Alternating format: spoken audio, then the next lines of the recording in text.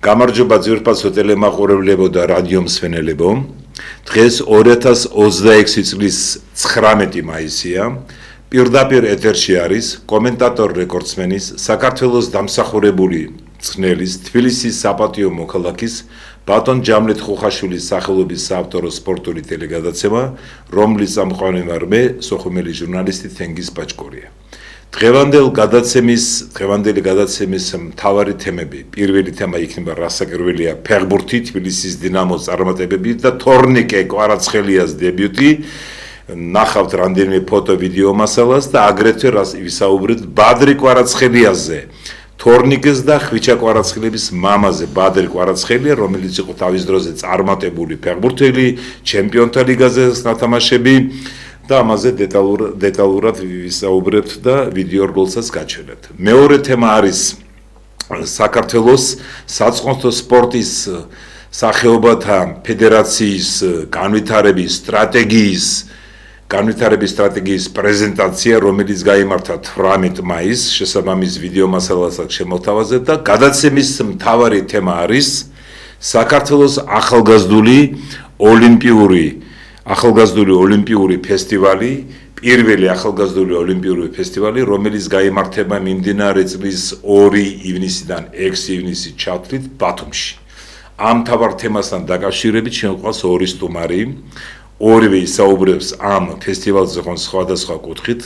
მინდა წარმადგინო გიორგი ესაკია, საქართველოს ეროვნული ოლიმპიური კომიტეტის სპორტული დირექტორი, ხომასია ბატონ გიორგი და ქალბატონი სოფო ხედელიძე, საქართველოს ახალგაზრდული ოლიმპიური ფესტივალის საორგანიზაციო კომიტეტის ადმინისტრაციის ხელმძღვანელი.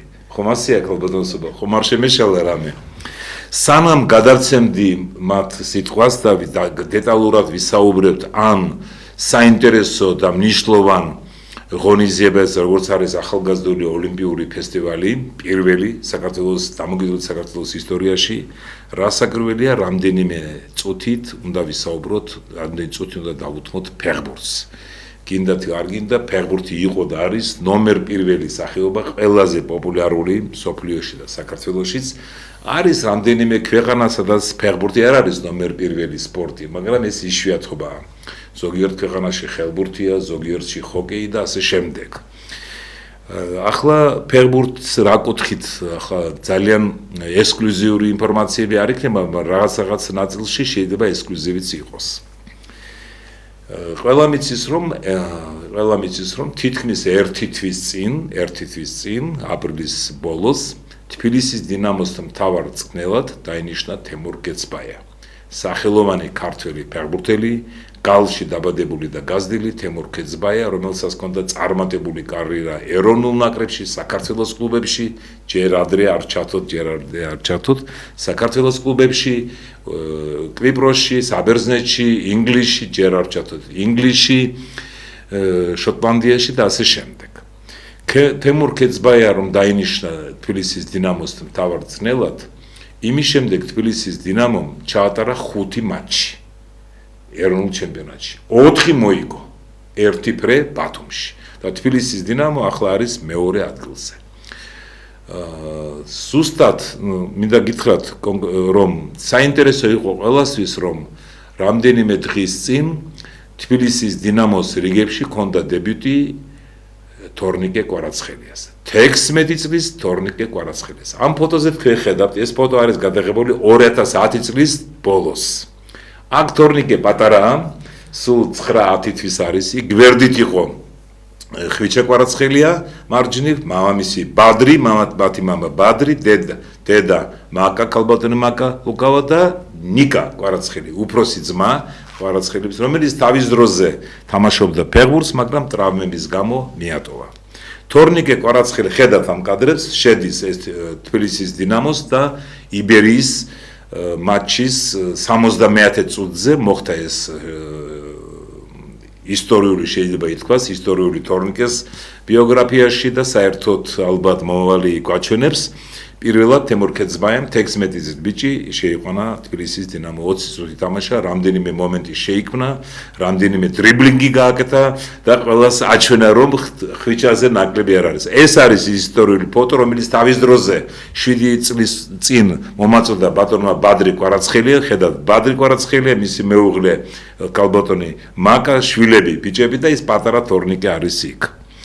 მინდა გითხრათ რომ თორნიკე 16 წლის ასაკში შეიყვანეს, ისიც ეს ისტორია რომ მიუნხენის ბაიერნში იყო მოწვეული, როგორც სინჯებზე ამხანაგური მატჩი ჩაატარა ასაკობრივ ნაკრებში და 2020 წელს მქონდა მე ბედნიერება ეს ცელი სტატია გავაკეთება ინტერვიუ ბატონ ბადრისთან კვარაცხელიას შეგიძლიათ დაგუგლოთ ქართულად, რუსულად, ინგლისურად გამოჩნდება და იმ დროს თორნიკე იყო 10 წლის და ჩემ კითხვაზე, ბადრ, ჩემ შეკითხვაზე, თქვენ ყოღავთ უმცროსი შვილი.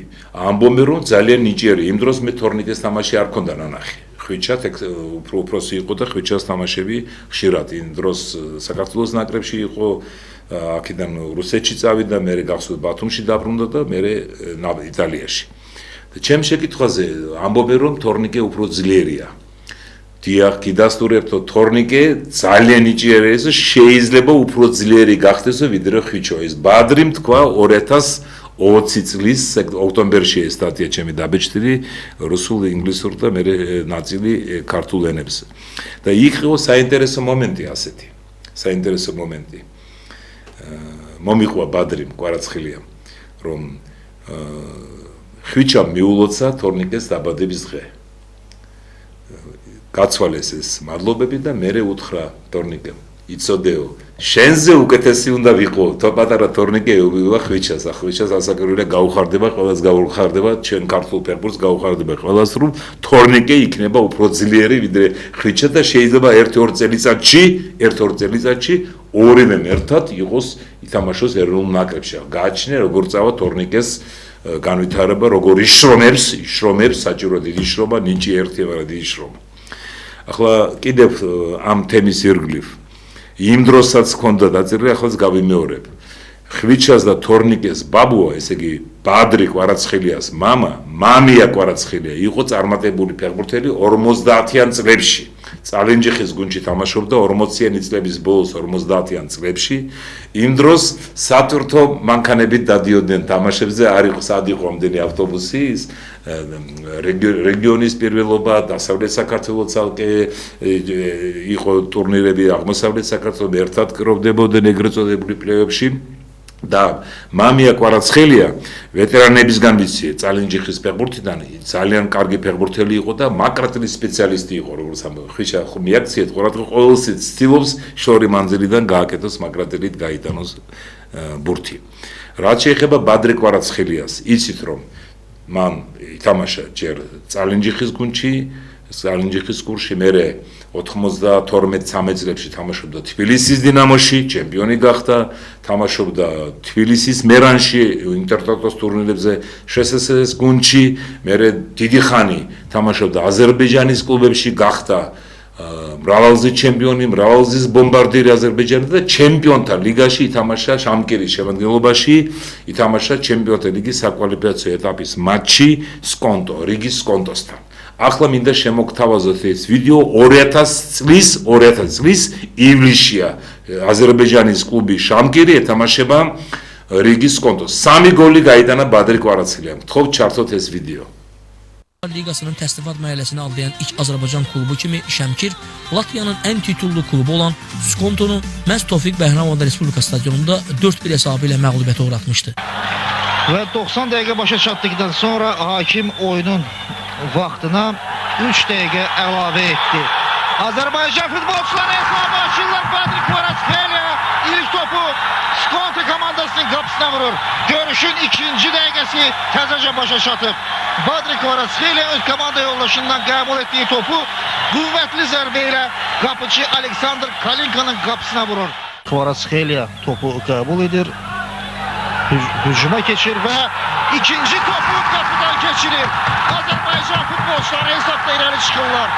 Bəli, Kvaratskhelia bir qədər əvvəl dediyim kimi nəhayət yenə də öz sözünü dedi.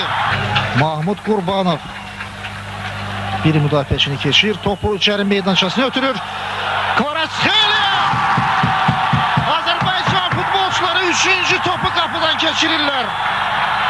Sonuncu hissədə həll olunmalıdır. Azerbaycan futbolcularının daha bir hücumu. Viktor Kulikov hesabı artırmalıdır. Gol! Bir qədər əvvəl Kulikova dediyim sözləri yəqin ki. დიდი მადლობა. ეს შეგახსენეთ 2000 წლის ივლისში არის გადაღებული ეს კადრები, ეს მატჩი შამქირმა აზერბაიჯანის ჩემპიონმა 4-1 მოუგო ლატვიის ჩემპიონს რიგის სკონტოს. პირველი მატჩი გასვლაზე იყო 2-1 რიგელებმა მოიგეს. მეორე მატჩი 2-1 დამთავრდა ძირითადი დრო, ორივე გოლი ძირითად დროში გაიტანა ბადრე კვარაცხელია. ხედავთ რა გოლები იყო, რა კლასის. დამატებით დროში ბადრემ კიდევ ერთი გოლი გაიტანა და ბოლოს უკვე მეოთხე მისმა გუნდელმა 4-1 დასვა ეს წერტილი. ძალიან მაგარი თამაში იყო, ძალიან მე ვფიქრობ რომ იმ დროს რომ ყოფილიყო ასეთი ხელშეწყობა, არ იყო ასეთი ვიდეო ყველა მატჩის ვერ უყურებდით, რომ ყოფილიყო სხვადასხვა ფაქტორებია საჭირო, რომ აგენტის ჩართვა, მენეჯერების და ასე რეკომენდაციები და ასე შემდეგ, მაგრამ ძალიან ლამაზი ფეხბურთი თამაშა ბადრიმ. ბოლოს უკვე კარიერის ბოლოს 34 წლის იყო, როცა დაუძახეს აზერბაიჯანის ნაკრებში.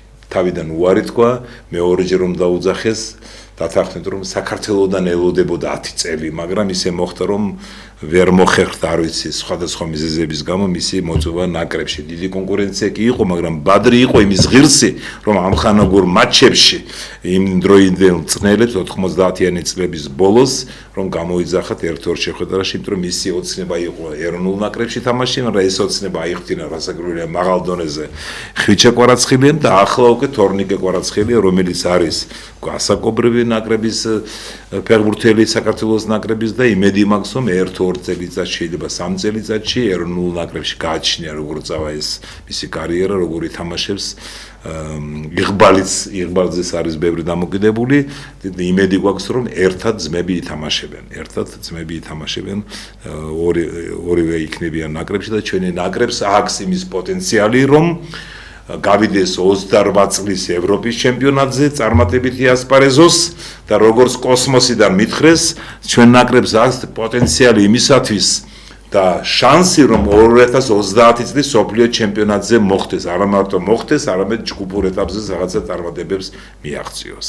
ეს რაც შეეხება ფეხბურთს. ახლა კი დაუბრუნდები ჩვენი გადაცემის მთავარ თემას, საქართველოს ახალგაზრდულ ოლიმპიურ ფესტივალს, რომელიც გაიმართება ბათუმში მიმდინარე წლის 2 ივნისიდან 6 ივნისის ჩათვლით. ახლა გამოჩნდება ფოტომასალა შესაბამისი. ჩვენი გადაცემა ცოტა ხანში ჯერ აერჩქაროთ. კიდევ ერთხელ შეგახსენებთ, რომ გადაცემის სტუმრები ერთი წამით ბოდიში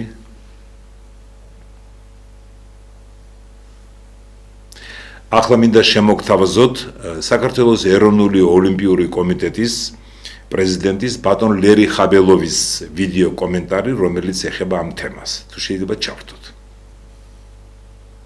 თქვენ იცით რომ 2-6 ივნისს ბათუმში ჩატარდება სპორტული ღონისძიება. ჩვენი სახეობაში ვატარებთ, ეს არის საქართველოს ეროვნული ოლიმპიური კომიტეტის პროექტი, მხარდაჭერილი არის მთავრობის. მინდა მადლობა გადაუხადო ყველა იმ ადამიანს, ვინც იღებს ამ პროექტში მონაწილეობას და დღევანდელი მიზანი იყო, რომ უბრალოდ გავიცანით ჩვენ თუ როგორ მიმდინარეობს მომზადება, მზადების პროცესი გვაინტერესებს, ჩვენ დავესწრებით ახლა დარბაზში ვარჯიშებს, გუბერნიაც ადგილობრივი ხელისუფლებას მოდმებულია, რომ თავის სპორტსმენებმა მიიღონ მონაწილეობა ბათუმის ახალგაზრდულ ოლიმპიურ ფესტივალში. ეს პირველად ტარდება და ძალიან მნიშვნელოვანი ღონისძიებაა და მე მინდა საზოგადოებას შევახსენო კიდევ ერთხელ, რომ ჩვენ ძალიან წარმატებულად ჩავატარეთ ევროპის ახალგაზრდული ზაფხულის ფესტივალი 2015 წელს, 2025 წელს ზამთრის ახალგაზრდული ევროპული ფესტივალი, სადაც ძალიან დიდი გამოხმაურება და ძალიან მაღალ დონეზე იყო შეფასებული ჩვენი ევროპული კოლეგებისგან და სწორედ ეს პროექტი, ძალიან მნიშვნელოვანი პროექტი და გვინდა რომ ეს ჩვენს ახლა საქართველოს მასშტაბით უკვე ჩავატაროთ ეს დიდი ღონისძიება, სადაც ჩართული არის 12 რეგიონი, 1200 სპორტსმენზე მეტი მიიღეს მონაწილეობას და სწორედ რომ ბათუმი უმასპინძლებს ამ პირველ ღონისძიებას, საპიროდე ღონისძიება არის და იმედია რომ ძალიან კარგად ჩაივლის ეს ჩვენი ღონისძიება, ეს არის ატრიბუტიკა, რომ ავიღოთ დიდი ოლიმპიური მსგავსი, იგივე გახსნის ცერემონია, დახურის ცერემონია, იგივე ოლიმპიური სოფელი და სწორედ გვინდა რომ ჩვენი ახალგაზრდები მეტი ჩართულობით, რა თქმა უნდა, იგივე დანერგვით ახალგაზრდებში რომ ჩასავიღი ცხოვრების წესის და გვინდა აღმოაჩინოთ ჩვენ ოლიმპიური იმედი და სწორედ ეს რო იტყვიან ეს შეჯიბრება, სწორედ ეს პროექტი მოგცემს და მისცემს ახალგაზრდებს რომ მეტი ჩაერთონ ამ სახეობებში და მინდა აღვნიშნო რომ ეს მასშტაბური ღონისძიება თქვენ წარმოიდგინეთ რომ 17 სპორტის სახეობაში არ ჩაგვიტარებია პირველ თვატარებ და იმედია რომ ყველაფერი კარგად ჩაივლის არამედ თუ ხედავ ამ განწყობას სპორტულ ოლიმპიური კომიტეტის მთავრობის გუბერნიების და სწორედ რომ ეს მაძლევს იმის საშუალებას თქვა რომ ძალიან მაღალ დონეზე ჩატარდება და მე მინდა ჩვენ ახალგაზრდებს უსულო წარმატებები და იმედია რომ ყველაფერი კარგად ჩაივლის. დიდი მადლობა, ეს იყო ლერი ხაბელოვი, საქართველოს ეროვნული ოლიმპიური კომიტეტის პრეზიდენტი, ოლიმპიური ჩემპიონი 1992 წლის და მსოფლიოს 5-ის და ევროპის 4-ის ჩემპიონი. დანარჩენი ტიტულები შეგიძლიათ დაგუგლოთ ლერი ხაბელოვით და გამოჩნდება ინგლისურად, ფრანგულად, არაბულად, გერმანულად, ქართულად, რასაკვირველია და რუსულად და ასე შემდეგ. ახლა კი დაუბრუნდები ჩვენი გადაცემის სტუმრებს, კიდევ ერთხელ მინდა შეგახსენოთ ზეპასოტელი მაყურებლები, გადაცემის სტუმრები არიან საქართველოს ეროვნული ოლიმპიური კომიტეტის სპორტული დირექტორი ბატონი გიორგი ესაკია, დიდი მადლობა კიდევ ერთხელ ბატონი გიორგი და საქართველოს ახალგაზრდული ოლიმპიური ფესტივალის საორგანიზაციო კომიტეტის ადმინისტრაციის ხელმძღვანელი ქალბატონი სოფო ხედელიძე. დიდი მადლობა ქალბატონ სოფო, შეთანხმების მიხედვით გადაცემამდე მოხდა ასეთი შეთანხმება.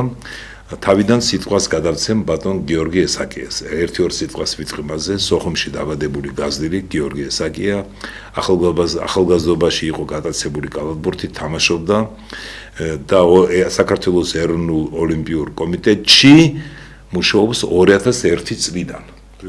ესე იგი 25 წელი იქნება შემოდგომაზე, ხო? სექტემბერში. იმედი მაქვს რომ აღინიშნება რაღაცა ფორმატით. გთხოვთ, ბატონ გიორგი, ახლა ამ ახალგაზრდულ ოლიმპიურ ფესტივალზე, რომელიც გაიმართება ბათუმში. აი პრეისტორია, როდის დაიწყო ამ თემაზე ზრუნვა, როდის იყო მიღებული გადაწყვეტილება და ეს შესავალი კუთხით და უკვე დეტალებზე საორგანიზაციო საკითხებზე, ტექნიკურ რაღაც საკითხებზე დეტალები, ქალბატონ სოფა, ასე იყო შეთანხმება. გთხოვთ ბატონ გიორგი. ბატონო, მოგესალმებით, მადლობა მოწვევისთვის. ამ ფესტივალის ჩატარების იდეა გაჩნდა რამოდენიმე წლის წინ, მაგრამ სამწუხაროდ მაშინ ვერ მოხერხდა ამის განხორციელება. და შარშან სხვა ბატონი ემზარის ინიციატივა ზენაიშვილის დიახ ვერ მოხერხდა ამის განხორციელება შარშან ყრილობაზე სეუკის ყრილობაზე მიიღეს გადაწყვეტილება რომ ივნისში უნდა ჩატარებულიყო და იქვე გადაწყდა რომ პირველი მასპინძელი ამ ფესტივალის იქნება ბათუმი დიახ ესეთი ფესტივალები სხვათა შორის სტარტდება ბევრ ქვეყანაში. ევროპის ბევრ ქვეყანაში, მაგრამ მე თუ არ ვწდები, ამდენი სპორტის სახეობა არ არის იქ ჩართული. ხო, ცოტა ნაკლები, ვიდრე 17, ხო? ვიდრე 17. ეხლა ჩვენთან გათვალისწინებით ამ ტრადიციული სპორტული სახეობების დავამატეთ, ანუ არსებულ სპორტის სახეობებს და გამოვიდა 17 სახეობა. ახლა რა მაინტერესებს კიდევ? ახლა თქვენ ეკრანზე ხედავთ ფოტომასალას, რომელიც მე ავიღე საქართველოს ახალგაზრდული ოლიმპიური ფესტივალის გვერდიდან, სხვათა შორის ის ვიდეო ბატონ ლერი ხაბელოვის კომენტარი იმ გვერდიდან ავიღე და ყველას ურჩევ, ვისაც აინტერესებს ახალგაზრდული ოლიმპიური ფესტივალის მზადება და მერე უკვე მსვლელობა, შეგიძლიათ შეხვიდეთ საქართველოს ახალგაზრდული ოლიმპიური ფესტივალი, ასე ქვია Facebook გვერდს და საქართველოს ეროვნული ოლიმპიური კომიტეტის გვერდზე. იქაც ბევრი მასალა, მაგრამ კონკრეტულად იმ ახალგაზრდული ოლიმპიური ფესტივალის გვერდზე უფრო დეტალურად არის ყველა ინფორმაცია და მადლობა მინდა უთხრა ადმინისტრაციას ყველას, ვინც ამარაგებს ამ გვერდს, ეს ხომ თქვენი ერთობლივი პროექტია. ახლა რა მაინტერესებს, ბატონ გიორგი, ცოტა რომ გავშალოთ. რამდენი გუნდი მონაწილეობს, ეს ხომ გუნდური რეგიონების მიხედვით არის, მე კი ვიცი, მაგრამ მე მინდა რომ თქვენ თქვათ, რამდენი გუნდი, პლუს რამდენი სპორტსმენი და მე შეჯამება იქნება ნაკრები გუნდების რეგიონების მიხედვით, ვინც გაიმარჯვებს თუ ინდივიდუალურიც არის და ისიც არის, აი ეს მაინტერესებს. ესე იგი, პრინციპი აღებული იყო თავიდანვე აღებული ისე, რომ მინიმუმ სპორტის სახეობა, რომელიც ჩაერთვებოდა ამ ფესტივალში, მინიმუმ 6 რეგიონს მაინც უნდა წარმოადგენდეს. აქედან გამომდინარე, ზოგი სახეობა არის 12 რეგიონია ჩართული, ზოგი 8 და შესაბამისად 6. ასე რომ მინიმუმ 6 ერთ სპორტის რეგიონის ერთი რეგიონის 6 სახეობაში უნდა მიიღო მონაწილეობა მინიმუმ. მე ვიცი რომ აჭარა და თბილისი და კიდევ იმერეთი 17-ვე სახეობაში მონაწილეობს. ზოგი 12, ზოგი 14, მაგრამ ესე იგი 12 რეგიონი მონაწილეობს. თბილისი ცალკე, ხო? თბილისი ცალკე და 11 რეგიონი მხარეების. მხარეების. საბოლოო ჯამში ამ 17 სახეობაში რაღაც 1200-მდე სპორტსმენი იქნება. რაც შეეხება გამარჯვებულებს, დაჯილდოვდებიან, რა თქმა უნდა, ცალ-ცალკე ინდივიდუალური სპორტის სახეობის მიხედვით და საბოლოო ჯამში შეჯამდება დაითვლება ქულები, შესაბამისად განაწილებული არის და რეგიონი, რომელიც გაიმარჯვებს, პირველი, მეორე, მესამე ადგილი, შესაბამისად დაჯილდოვდება შესაბამისი თასებით. ასაკობრივი ცენზით აღნიშნეთ, მე კი ვიცი რა. დიახ, ასაკობრივი არის ის ასაკი, რომელიც ანუ ტრადიციულად არის, ეგრეთ ვთქვათ, ჭაბუკების ასაკი, რომელიც ევროპული ახალგაზრდული ფესტივალის მსოფლიო ოლიმპიური თამაშების ახალგაზრდულში ეს არის 14-დან 17 წლამდე. შიგნით ამ თვითონ 14-დან 17 წლამდე არის ზოგი სპორტის სახეობა თავისი ასაკი აქვს, მაგრამ ისიც 14 და 17 წლის ფარგლებში. გასაგები. ახლა კიდევ რა მაინტერესებს, მე ვიცი რომ თავიდან იყო ასეთი გეგმა, რომ კონკურსის გარეშე მოგეწვიათ მეზობელი ქვეყნებიდან სპორტსმენი, მაგრამ მე საპილოტო პროექტია და ჯერ უარი. ამიტომ დიახ, რახანეს პირველად ტარდება და ისედაც საკმაოდ მასშტაბური არის 1200 სპორტსმენი, ამიტომ გადაწყდა, რომ ამ ეტაპზე ჩატარდეს მხოლოდ საქართველოს ფარგლებში. მე ვიცი, პირველად ამ პროექტის საჯარო პრეზენტაცია იყო შარშან ბორჯომში, როცა საქართველოს ეროვნულმა ოლიმპიურმა კომიტეტმა ჩაატარა სპეციალური სემინარი, მე ვიმყოფებოდი იქ და საქართველოს ეროვნული ოლიმპიური კომიტეტის პირველმა ვიცე-პრეზიდენტმა ელგუჯა ბერიშვილმა, რომელიც არის ამ ფესტივალის საორგანიზაციო კომიტეტის თავმჯდომარე, მან ჩაატარა ეს წარდგენა პრეზენტაცია, მისგან ვიცით, მე დაიხვეწა რაღაც ნიუანსები, დეტალები და მე ვიცი რა დიდი შრომა არის იქ, სულ ბათუმი, თბილისი, იქ იმყოფებიან, ბევრი ამაზე გახალბატონო სოფოს იტყვის დეტალურად. კიდევ რა მაინტერესებს, არიან თუ არა მოწვეული როგორც სტუმრები ევროპის ოლიმპიური კომიტეტისგან. დიახ, ოლიმპიური კომიტეტიდან გაიგზავნა მოწვევა ევროპის ოლიმპიური კომიტეტის პრეზიდენტის სახელზე, მაგრამ პასუხი ჯერ არ გვაქვს, რა ვიცი. ხო, შეიძლება პრეზიდენტი, შეიძლება ვიცე-პრეზიდენტი ჩამოვიდეს, წარმომადგენელი აუცილებლად იქნება. ესე 1200 სპორტსმენი და მთლიანად იქ მწნელები, სტაფის, შტაბი, ექიმები, ადმინისტრაცია 2000-მდეა, ხო? 1800-1900-მდე დიახ, მონაწილე იქნება მთლიანად. და გახსნა იქნება საჩატარდება რომ უთხრა ტელემაყურებლებს? გახსნა ჩატარდება 2 ივნის ბათუმის ახალ სტადიონზე. ცენტრალურ სტადიონზე, ხო, აჭარაბეთის სტადიონია, თუ არ ვცდები. ცენტრალურ სტადიონზე, დიახ. და 6 ივნისს იქნება დახურვა სანაპიროზე. 5 ივნისს იქნება დახურვა. 5 ივნისს. 5 ივნისს საღამოს იქნება დახურვა, დიახ, შეჯამდება ყველაფერი, დაჯილდოებები. 5 თუ აბა 6-ში რა ტარდება? 6-ში არაფერი, 6-ში გუნდები უკვე მოდიან. გასაგებია. 5-ში საღამოს არის დახურვა, დიახ. ახლა კიდევ ერთი უკვე სუფთა სპორტული კითხვა, ესე იგი, მონაწილეობენ ამ ფესტივალში აფხაზეთის ავტონომიური რესპუბლიკის, აჭარის ავტონომიური რესპუბლიკის, სამეგრელო, ზემოსვანეთი, რაჭა, ლეჩხუმი, იმერეთი, გურია, კახეთი, სამცხე-ჯავახეთი, შიდა ქართლი, ცხეთათიანეთი ხომ არ გამოგჩა ვინმე? ქვემო ქართლი, თბილისი. 12. ესე იგი ჯერ ის ნაკრები გუნდები გამოდიან ამ რეგიონების ნაკრები ჯერ იყო ზონალური ტურნირები ხო? ჯერ იყო მუნიციპალური ტურნირები, რომლებიც შემდეგ რეგიონალურში გაიზარდა და ისე დაკომპლექტდა ეს ნაკრებები. ან გუბერნიის ნაკრებები ასე ვთქვათ. აჰა, ჯერ იყო კონკრეტულად მუნიციპალური რაიონების მერე უკვე რეგიონალური და იქ გამარჯვებების მიხედვით ხო? გასაგები. ახლა ვისაც აინტერესებს ეს 17 სახეობა როდესაც ვერ ჩამოგიდგეთ საქართველოს ეროვნული ოლიმპიური კომიტეტის გვერდზე და სახელმწიფო ახალგაზრდული ოლიმპიური ფესტივალის გვერდზე ჩამოთვლილი სახეობა, მათ შორის არის გონდურ სახეობებში ავიღოთ ხელბურთი, არის კალათბურთი 3-3-ზე, არის იქ ჭიდაობა, მათ შორის ქართული ჭიდაობა, ცალკე, ჩოგბურთი, დიდი ჩოგბურთი და ძალიან ბევრი ახლა ყველას ვერ ჩამოგიდგით, მაგრამ ესე იგი 1200 კაცი. ახლა ამ სიგელები, მედლები თუ ფულადი პრემიებიც იქნება ის ამ ეტაპზე არა, ფულადი პრემიები არ იქნება. უბრალოდ სიგელები, მედლები, დიახ. გასაგების თილისმა.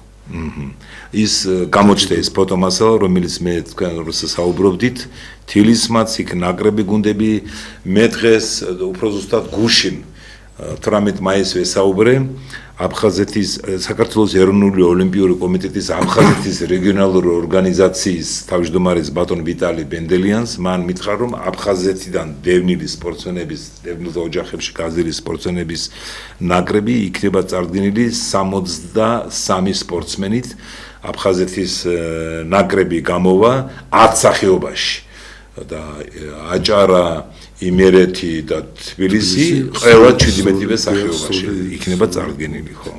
წარდგენილი იქნება. დიდი მადლობა ბატონ გიორგი.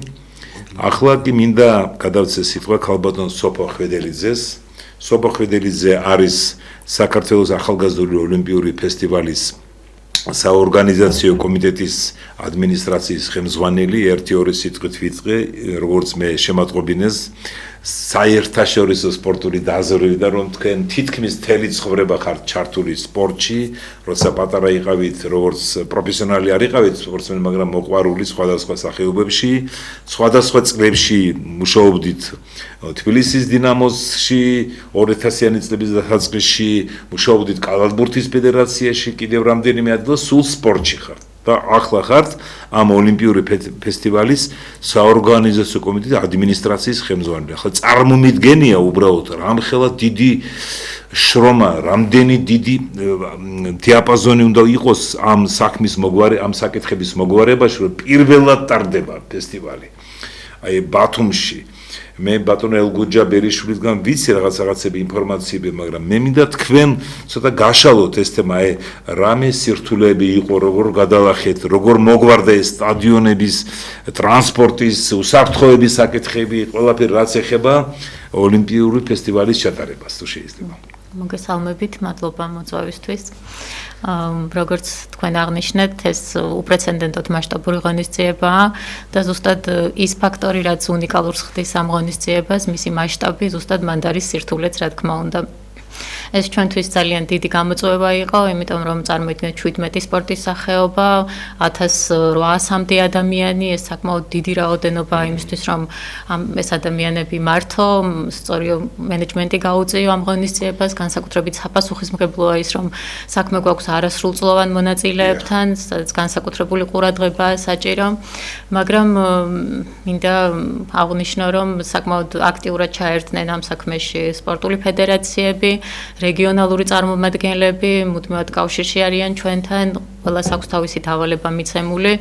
ამ პასუხისმგებლობას სერიოზულობით ეკიდებიან და ჩვენ გვაქვს იმედი, რომ მათი მხარდაჭერით ეს ღონისძიება ჩატარდება მაღალ დონეზე. როგორ ჩადიან ახლა ოლიმპიური ფესტივალის და ოლიმპიური კომიტეტის ხელმძღვანელობით ყველა ნაკრები, ყველა სპორტსმენი და დელეგაციის წევრები უზრუნველყოფილი არიან სასტუმროში. რამდენიმე სასტუმროში არიან თუ ერთ სასტუმროში 1800 კაცი არ დაედევა, ასეთი სასტუმრო არ არის საქართველოში. აი როგორ არის ეს განაწილებული და კიდევ ტრანსპორტირება თვითონ ჩადიან გუნდები თქვენ უკეთებთ შიგნით ტრანსპორტირებას ტურნირებზე, აი ეს მომენტები თუ შეიძლება. დიახ, ან რეგიონები თვითონ უზრუნველყოფენ მონაწილეების ჩამოსვლას ბათუმში, რაც შეეხება დაბინავებას, სწორად აღნიშნეთ, ერთ შენობაში ამდენი ადამიანის მოთავსება ფიზიკურად შეუძლებელია, ამიტომ გვერდით იგივე ლოკაციაზე, დიახ, ფაქტობრივად ერთ მისამართზეა ყველა შენობა, სადაც გადანაწილდებიან მონაწილეები, ეს ნუ რა თქმა უნდა მენეჯმენტის და ლოჯისტიკურადაც გამართლებულია და ბევრად ამარტივებს საქმეს. გარდა ამისა, სპორტული ობიექტებიც საკმაოდ ბევრია. ძირითადად ვახტანგაძის სახელობის სპორტის სასახლეში ტარდება ძირითადი რაოდენობა სპორტული სახეობების, თუმცა გარდა ამისა არსებობს ჩოგბურთი, რომელიც ძველი ბულვართან მდებარეობს, გარდა ამისა ქვიშის სახეობები, მინიფეხბურთი, ქვიშის ჭიდაობა, მისი სანაპიროზე, ფრენბურთი და ხელბურთი და აღნიშნო რომ ცურვის დარბაზი გვაქვს ახალი, რომელიც ახლა ბოლოს სარემონტო სამუშაოები მიმდინარეობს და ძალიან მალე დამთავრდება უკვე და ახალ საცურაო აუზში გავმართავთ ჩვენ შეჯიბრს.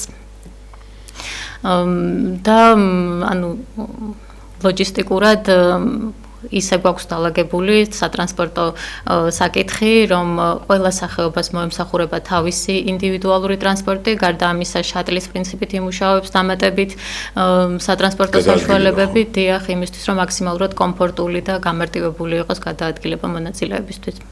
ერთი კითხვა მაქვს. ყველა შეჯიბრებაზე ამ ფესტივალის ფარგლებში დაასწრება არის თავისუფალი, ხო, ბილეთი არ ჭირდება. აუცილებლად, დიახ. გახსნა, დახურვა, კონკრეტული შეჯიბრებები თქვენ თვით მინიფეხბურთი, ხელბურთი, ჩოგბურთი, ჭიდაობა და ასე შემდეგ, გალავბურთის ამისამზე დაასწრება არის თავისუფალი უპასო. დიახ. ახლა კიდევ რა მაინტერესებს? ახლა 14 წლიდან 17 წლამდე ასეთი დიდი რაოდენობის ახალგაზრდების, ბავშვების კონტროლიც საჭირო ხო უსაფრთხოების ზომები. მე როგორც ვიცი, იმ ერთ-ერთ ცენტრალურ სასტუმროსთან, იქ ახლოს არის ხო ზღვასთან, სადაც განთავსდებიან სპორტსმენები, იქ როგორც გავიგე, სპეციალური ზებრა თუ შუქნიშანიც გაკეთდა თუ გაკეთდება. ასეთი ინფორმაცია მომივიდა, რომ ის ყველა ზომები არის მიღებული იმისათვის, რომ რამე გართულებები არ იყოს. ასეა ხო ეს ინფორმაცია? დიახ, რა თქმა უნდა, ზედამხედველის უფროსის გარეშე ბავშვებს არ ექნებათ გადაადგილების უფლება, გაკონტროლდება სანაპიროს ზოლიც. სხვა ახლოს არის. დიახ, რა თქმა უნდა, სასტუმროს საღამოს ჩაიკეტება, იმისთვის რომ შეიზღუდოს ბავშვების გასვლა გარეთ. ანუ ამაზე გამახვილებული გვექნება ყურადღება, რა თქმა უნდა, ჩვენი პასუხისმგებლობა.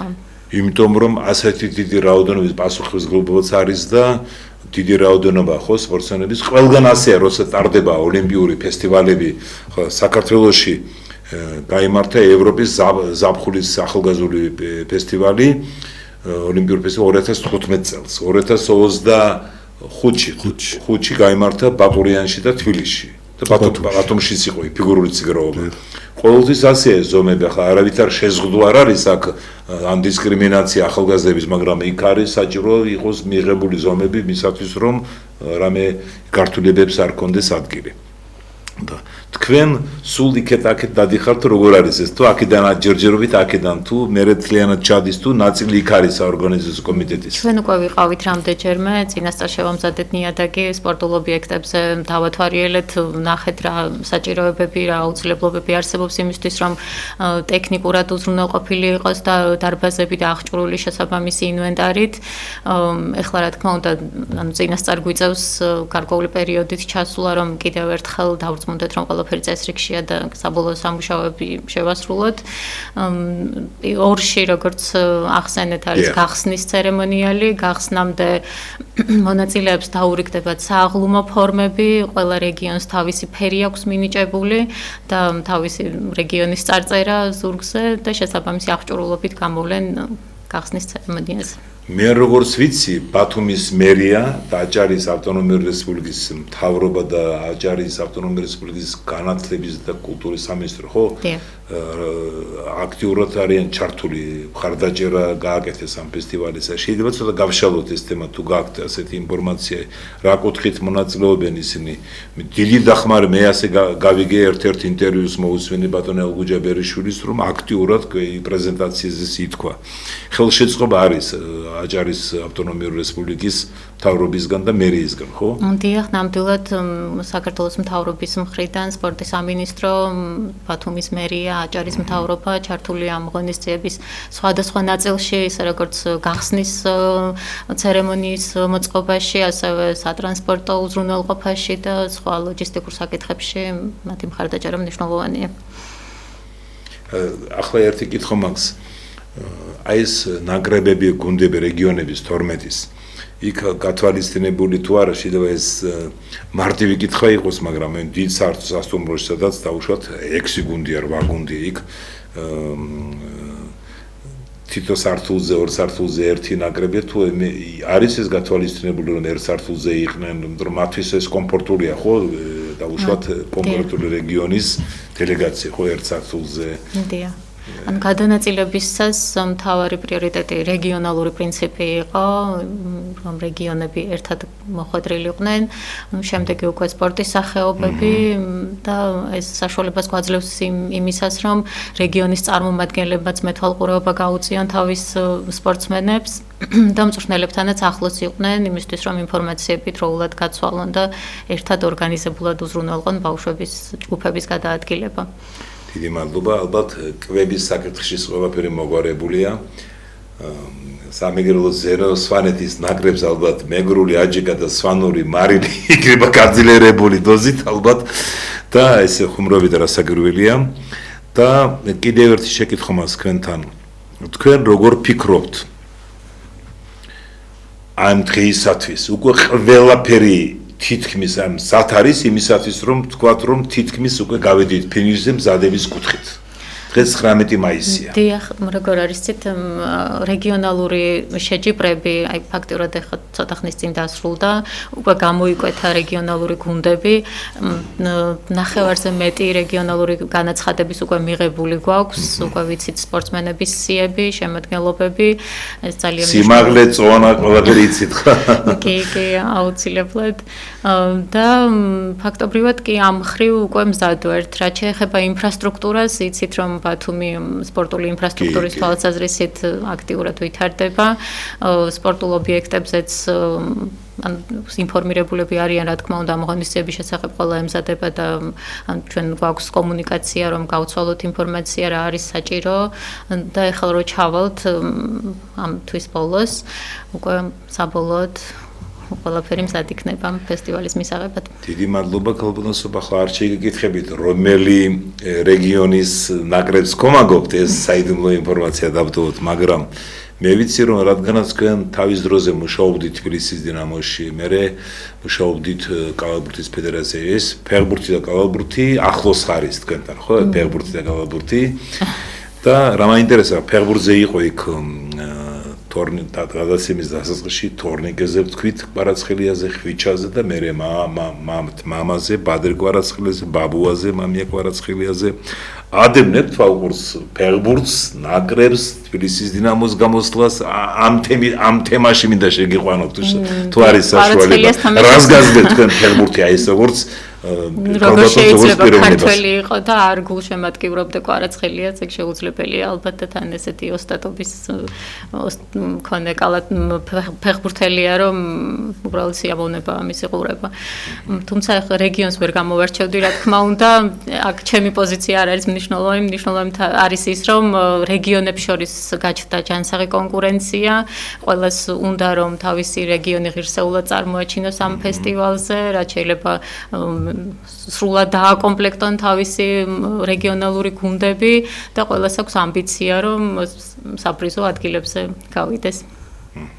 დიდი მადლობა. ესე იგი ფეხბურთი და კალათბურთი და კიდევ სხვა სახეობები თქვენთან ძალიან ახლოს არიან არა მარტო სამსახურებრივად, არამედ შინაგანად, გულით, ხო? დიდი მადლობა. რაც შეეხება გადაცემის კიდევ ერთ თემას, ეს არის საწყონსო სპორტის სახეობათა, საქართველოს საწყონსო სპორტის სახეობათა ფედერაციის აქტიურ მუშაობაზე. დღეს არის 19 მაისი, 18 მაისს სასტუმრო ბილდმორში გაიმართა საქართველოს საწყონსო სპორტის სახეობათა ფედერაციის მომავლის გეგმების და განვითარების სტრატეგიის პრეზენტაცია. ძალიან მაღალ დონეზე ჩატარდა, მინდა გითხრათ, სერიოზული მომზადების შემდეგ და ახლა მინდა შემოგთავაზოთ ამ პრეზენტაციის ამ ღონისძიებაზე ამ ღონისძიების შესახებ სპეციალური ვიდეო რგოლი, რომელიც მიავიღე ამ საქართველოს საწყონსო სპორტის სახეობათა ფედერაციის და საქართველოს სპორტის სამინისტროს გვერდიდან. თუ შეიძლება ჩავრთოთ ეს ვიდეო.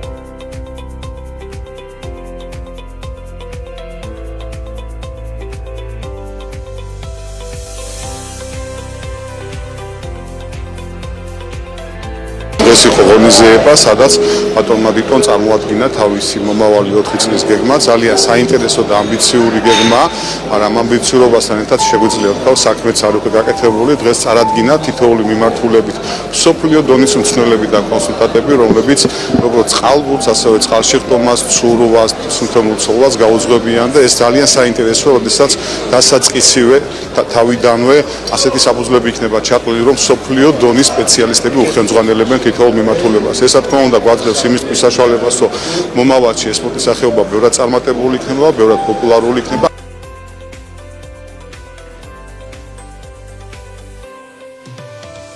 First of all, it was very impressed to see the commitment of the new leadership in relation to the development of aquatic sports in Georgia. We are not talking only about water polo, we are talking about swimming, artistic swimming, diving, and we see a plan. This is the most important. It's good to see that the plan, the strategy that Georgian Aquatics has for the future, it's pretty aligned with the European aquatic strategy for the future of water sports. დღეს საზოგადოებას გავაცანით ჩვენ საომოვო გეგმები და ის ლეგენდარული მწვრთნელები, ვინც დავით ახმეტდა საქართველოს ჩამოვიდნენ ჩვენ ეროვნულ ნაკრებთან სამუშაოდ. ამბიცია გვაქვს, რომ საქართველოში ჩატარდეს ევროპის ჩემპიონატი 2028 წლის. ეს გახლავთ წინა საკვალიფიკაციო ტურნირი ოლიმპიადამდე. ღრმად ვარ დარწმუნებული, რომ გვექნება რეზულტატი, რომ გავალთ ოლიმპიადაზე.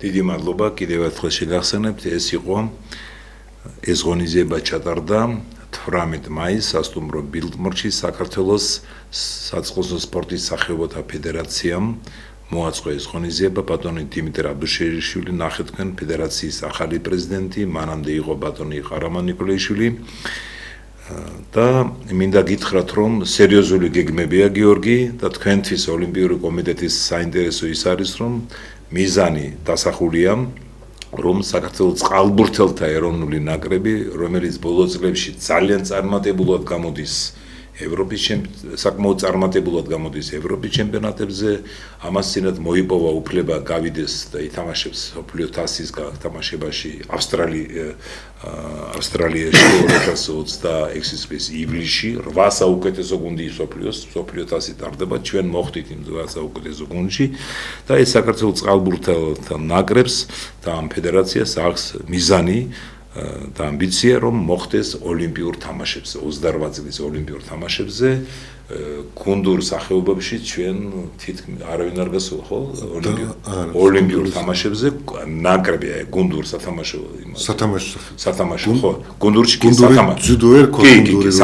სათამაშოში აი ფეხბურთში ახლოს ვიყავით 23-ს მაგრამ ბევრი მიზეზი აქვს მეოთხე ფინალამდე გავედით ფეხბურთი, კალათბურთი, წყალბურთი, ხელბურთი წყალბურთთანაც ახლოს ვიყავით დიახ 24 წლის ოლიმპიადამდე ხო ერთი ნაბიჯი იყო ახლა მიზანი არის რომ მოხდეთ ამ ოლიმპიურ თამაშებზე გაძლიერდა ცნელთა შტაბი საქართველოს წყალბურთელთა ნაკრების გაძლიერდა შემადგენლობაც რამდენიმე კაცი დავიმატეთ და სულ მახსენდება პირველი ჩვენი გასვლა წყალბურთელთა ეროვნული ნაკრების გასვლა ევროპის ჩემპიონატს 2003 წლის ბოლოს 14 წელს მოვიპოვეთ ეს უფლება და პირველი ჩემპიონატსა და საქართველოს ნაკრები ევროპის ჩემპიონატს წყალბურთელთა ნაკრები გამოვიდა იყო 2014 წლის ივლისი უნგრეთში ბუდაპეშტში მე ვიმყოფებოდი იქ რამდენიმე კაცი ვიყავით იქ სპორტის სამინისტროდან მე ცალკე ჩემი ინდივიდუალური გეგმით მოძრაობ ხომ იცით ხო და ჩემმა ნაკრებმა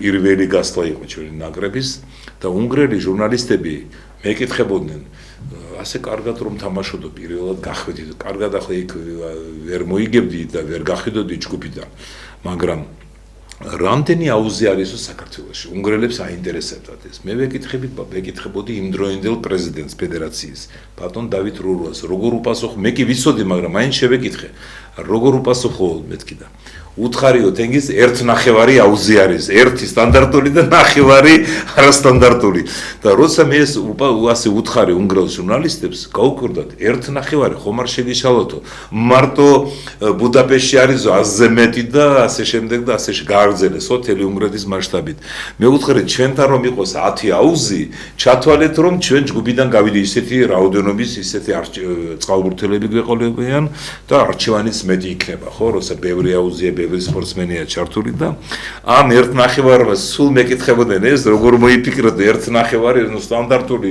ის ოლიმპიკი მადლობა ბატონ ყარამან ნიკოლაიშვილს ამისთვის რომ ის სულ უწყობდა ხელს ყოფილი წყალბურთელი ბატონ დათორურვაც ყოფილი წყალბურთელი წარმატებული წყალბურთელები ახლა ყველა გვარს ვერ ჩამოვთვლი და რაც თავარი იყო რომ კაიხასიაძე მოვიდნენ უნგრელები თქვენ თუ გექნებათო მეტი აუზი სხვათა შორის 18 მაისს ბილდმორში გამართულ პრეზენტაციაზე ითქვა რომ უახლოეს წლებში სამთავრობო პროგრამის მიხედვით ყველა 64 მუნიციპალიტეტში აშენდება აუზი სტანდარტული აუზი რაც მისცემს საშუალებას ჯერ ცურვა მერე წყალბურთი წყალშეხტომა ასე შემდეგ ცურვა საბაზისო ხო და ახლა 64-ში შეიძლება 64 მუნიციპალიტეტში არ იყოს გუნდი მაგრამ დიდი არჩევანი იქნება წყალბურთელთა ნაკრებისთვის ცურვაში წყალშეხტომაში სიხონოვ ცურვაში და ასე შემდეგ და იმედი მაქვს რომ მოვესწრები იმ დროს და ეს დრო აუცილებლად დადგება როცა საქართველოს საფეხბურთო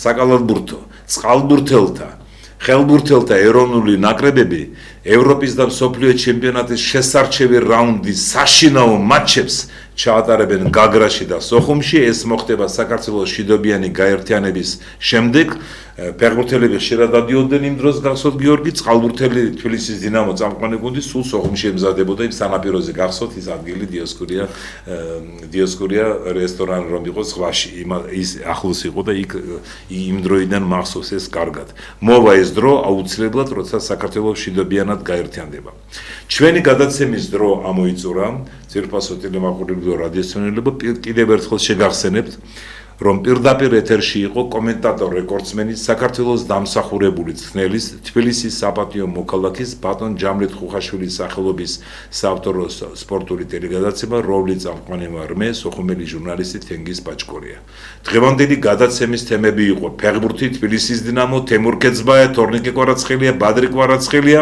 წყალბურთი საწყლოსო სპორტის სახეობათა ფედერაციის სპეციალური პრეზენტაცია და გადაცემის მთავარი თემა იყო საქართველოს ახალგაზრდული ოლიმპიური ფესტივალი, რომელიც გაიმართება ბართუმში 2 ივნისიდან 6 ივნისამდე.